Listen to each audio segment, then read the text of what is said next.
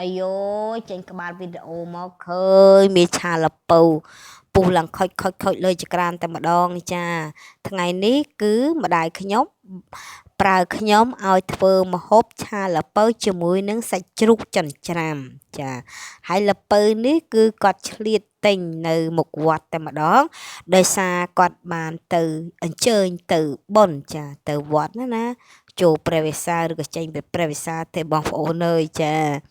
ហើយដល់ពេលអញ្ចឹងទៅគាត់ត្រឡប់មកពីវត្តវិញគាត់បញ្ជាប្រាប់ខ្ញុំថាឲ្យខ្ញុំឆាល្ពៅជាមួយនឹងសាច់ជ្រូកចិញ្ច្រាំដែលទុកក្នុងទូឡើងត្រជាក់ស្រឹបតែម្ដងអញ្ចឹងណាហើយបន្ទាប់មកខ្ញុំក៏បានលាងល្ពៅនឹងរួចរាល់ហើយចាចិត្តច្បកតិចនឹងហើយចាប់ដើមយកមកខ្វេះចាខ្វេះយកគ្រាប់វាចេញចាបងប្អូនទាំងគ្នាចាវាខ្ចីដែរក៏ប៉ុន្តែគ្រាប់នឹងរៀងដូចជាងចាស់បន្តិចអញ្ចឹងយើងមិនអាចហូបបានទេដូច្នេះយើងត្រូវតែខ្វេះវាចេញចាដើម្បីយើងយកទៅឆាហូបណាបងប្អូនទាំងគ្នាចាហើយនេះគឺជាសកម្មភាពជាក់ស្ដែងពិតប្រាកដតែម្ដងគ្មានបន្លំទេចារូបភាពទាំងឡាយរបស់ខ្ញុំ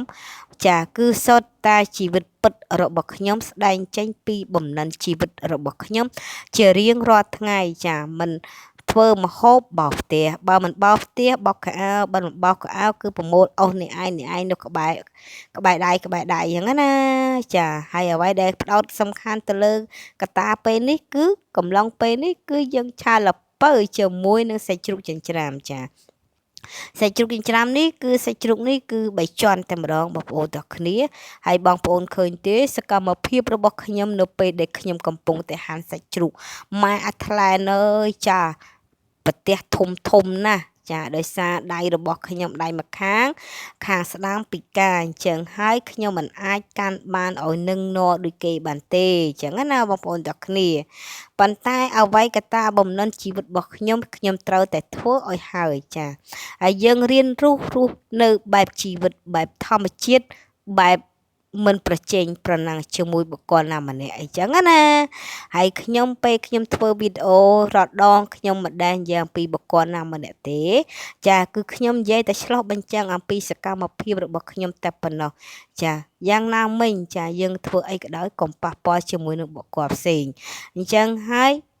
បានថាជីវិតរបស់យើងត្រូវតែមានគំនិតគិតចាឥឡូវយើងឈានមកដល់ក្នុងការពេលនេះគឺខ្ញុំកំពុងតែចាបំពងខ្ទឹមចានៅពេលដែលខ្ទឹមរបស់ខ្ញុំរៀងក្រហមហើយគឺខ្ញុំត្រូវតែចាក់សាច់ជ្រូកទៅចានៅពេលសាច់ជ្រូករបស់ខ្ញុំឆ្អិនរៀងដាច់ទឹកហើយខ្ញុំក៏ចាប់ផ្ដើមដាក់ល្ពៅរបស់ខ្ញុំដែលបានចិតវល់វក់បាច់អាចបាច់នំមិញហ្នឹងចាទម្រាំតបានហ្នឹងចាមកកញ្ច្រែងហ្នឹងគឺឥឡូវខ្ញុំកំពុងតែចាក់ចូលតែម្ដងបងប្អូនទាំងគ្នា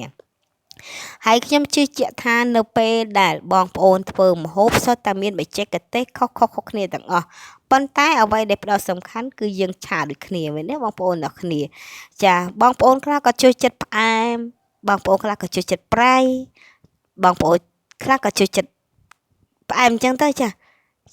អាស្រ័យទៅលើបុគ្គលម្នាក់ទេបងប្អូនទាំងគ្នាហើយជាទូទៅសម្រាប់ខ្ញុំរៀងផ្អែមបន្តិចចាប៉ុន្តែក៏មិនផ្អែមជាណាស់ណាអីណាដែរបងប្អូនចា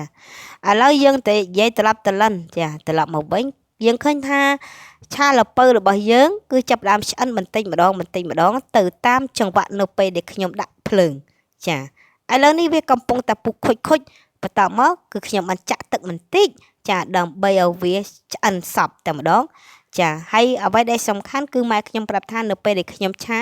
កុំភ្លេចដាក់ទឹករាងច្រើនបន្តិចទៅចាដើម្បីលាយបាយហូបអញ្ចឹងណាអរគុណច្រើនជម្រាប